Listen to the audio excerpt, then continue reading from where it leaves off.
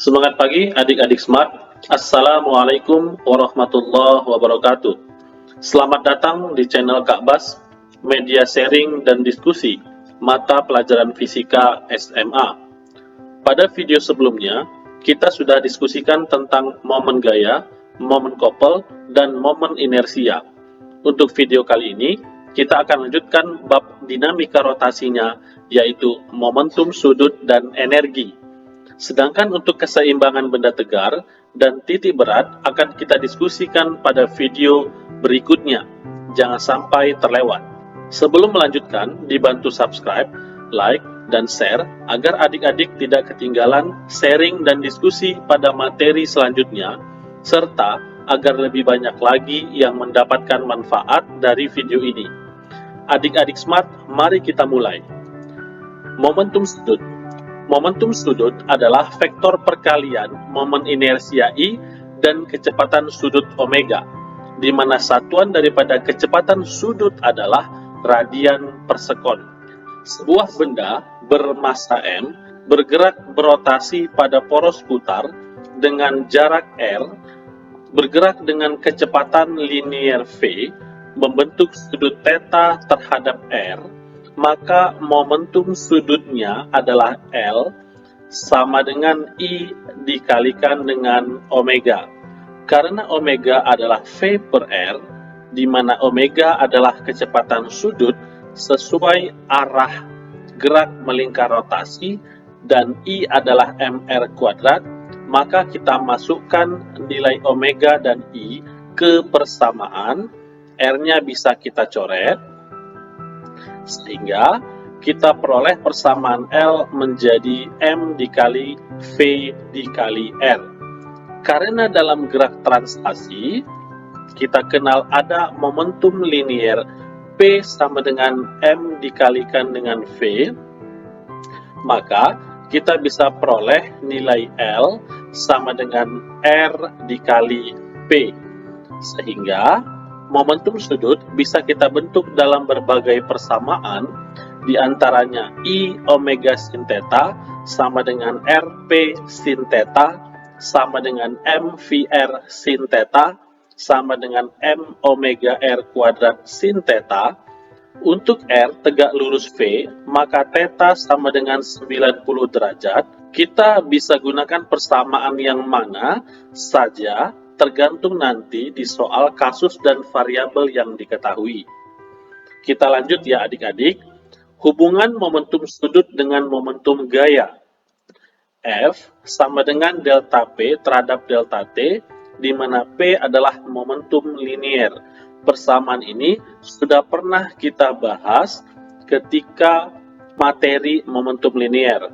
Kita akan turunkan untuk melihat pada kasus rotasi, kecepatan linier V bisa kita ganti menjadi omega dikali R, sehingga kita dapati F sama dengan delta M omega R terhadap delta T. Kiri dan kanannya kita kalikan dengan R, sehingga diperoleh FR sama dengan delta omega R kuadrat per delta T. Sebelumnya kita sudah tahu bahwa mr kuadrat adalah momen inersia I, sehingga diperoleh Fr sama dengan delta L terhadap delta T. F kali R adalah momen gaya atau torsi sama dengan delta L per delta T. Berikut ini adalah tabel yang merumuskan hubungan variabel antara gerak translasi dan gerak rotasi. Pada gerak translasi, kita punya massa M, sedangkan di gerak rotasinya adalah I. Hubungannya adalah I sama dengan mr kuadrat. Pada gerak translasi, ada jarak atau perpindahan S, di mana pada gerak rotasi ada theta yang satuannya adalah radian. Hubungannya theta sama dengan S dibagi R. Kemudian pada gerak translasi ada V, sementara di rotasi kita kenal omega, maka hubungannya adalah V dibagi R sama dengan omega. Begitu seterusnya adik-adik, untuk percepatan A, gaya F, dan momentum P. Kemudian kita bisa menggunakan tabel ini untuk mendapatkan hubungan antara gaya F dengan tau atau momen gaya atau momen torsi untuk hukum Newton yang kedua, yaitu sigma F sama dengan M dikali A, menjadi sigma tau sama dengan I dikalikan dengan alfa. Begitu pula untuk momentum, hukum kekekalan momentum pada gerak translasi berlaku pula untuk momentum sudut I dikalikan dengan omega. Selanjutnya adalah energi dan usaha. Energi kinetik pada benda yang melakukan gerak translasi dan rotasi adalah penjumlahan energi kinetik translasi dan rotasi tersebut, yaitu setengah mv kuadrat ditambah setengah I omega kuadrat. Nah, kemudian untuk mendapatkan usaha yang bekerja atau nilai usaha pada benda tersebut yang melakukan perubahan energi kinetik, maka usaha adalah delta energi kinetik atau bisa juga delta energi potensial, tergantung kasus dan persoalannya. Baik, adik-adik smart, mari kita lanjutkan untuk contoh soal. Sebuah roda bermasa 6 kg dengan jari-jari 30 cm berputar dengan kecepatan 300 putaran per menit. Tentukan momen inersia dan energi kinetiknya. Diketahui M sama dengan 6 kg, R sama dengan 0,3 meter, omega sama dengan 300 meter per sekon. Untuk menghitung momen inersia I, kita pakai persamaan mr kuadrat.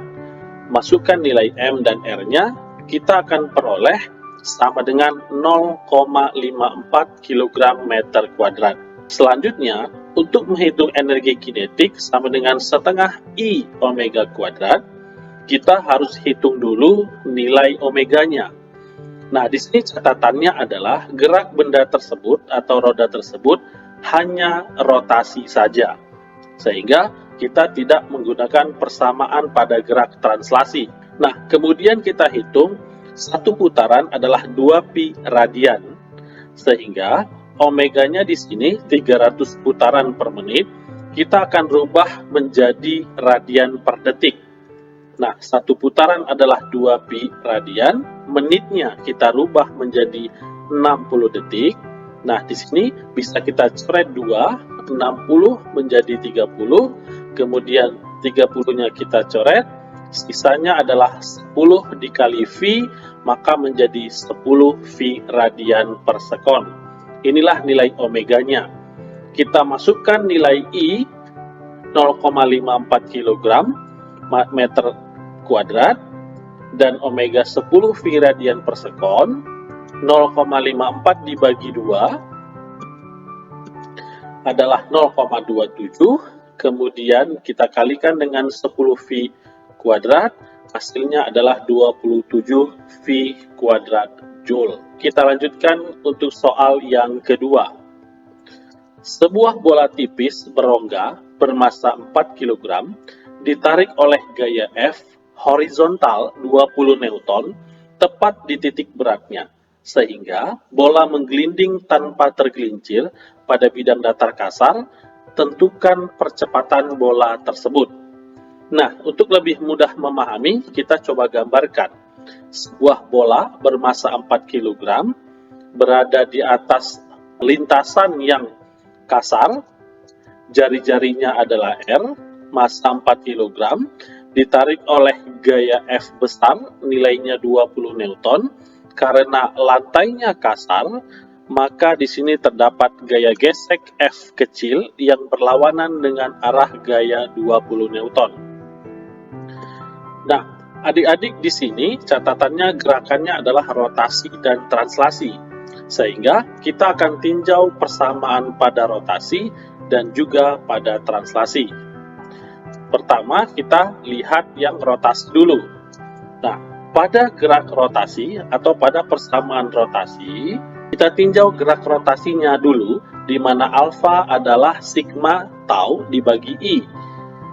Tau adalah F dikalikan dengan R, lanjut dikali silang, maka F gaya gesek adalah I kali A per R kuadrat. Untuk kasus ini, kita tidak perhitungkan gaya F 20 Newton karena hanya gaya yang tegak lurus terhadap R pada pusat rotasinya yang diperhitungkan untuk menghitung momen gaya. Masukkan nilai momen inersia bola tipis berongga yang sudah kita pelajari sebelumnya pada tabel. Nah, kemudian di sini kita dapatkan gaya geseknya adalah 2/3 MA. Kita lanjut, tinjau persamaan gerak translasi. A sama dengan sigma F dibagi M. Sigma gayanya adalah gaya F dikurangi dengan gaya gesek F kecil berlawanan arah. Ingat, dua vektor berlawanan arah pada gerak translasi, maka dia nilainya dikurangi. Kemudian kita peroleh gaya F dikurangi gaya gesek F kecil sama dengan M kali A. Substitusikan nilai F kecil 2/3 MA-nya ke dalam persamaan gerak translasi, maka kita peroleh F sama dengan 2/3 MA sama dengan MA, maka F adalah sama dengan 5/3 dikali MA, M-nya masanya adalah 4 kg, kemudian kita peroleh F sama dengan 20/3 A. Dilanjut, A-nya adalah 3 kali F per 20, nilai gaya F yang bekerja adalah 20 Newton, 20-nya bisa kita coret, sehingga kita peroleh percepatannya adalah 3 meter per sekon kuadrat. Baik, demikian adik-adik untuk sharing dan diskusi kita untuk momen inersia. Nantikan video berikutnya untuk materi selanjutnya. Bila ada hal-hal yang kurang dipahami, silakan bisa komen di komen channel ini. Terima kasih sudah menyimak, like dan subscribe video ini. Assalamualaikum warahmatullahi wabarakatuh. Salam smart.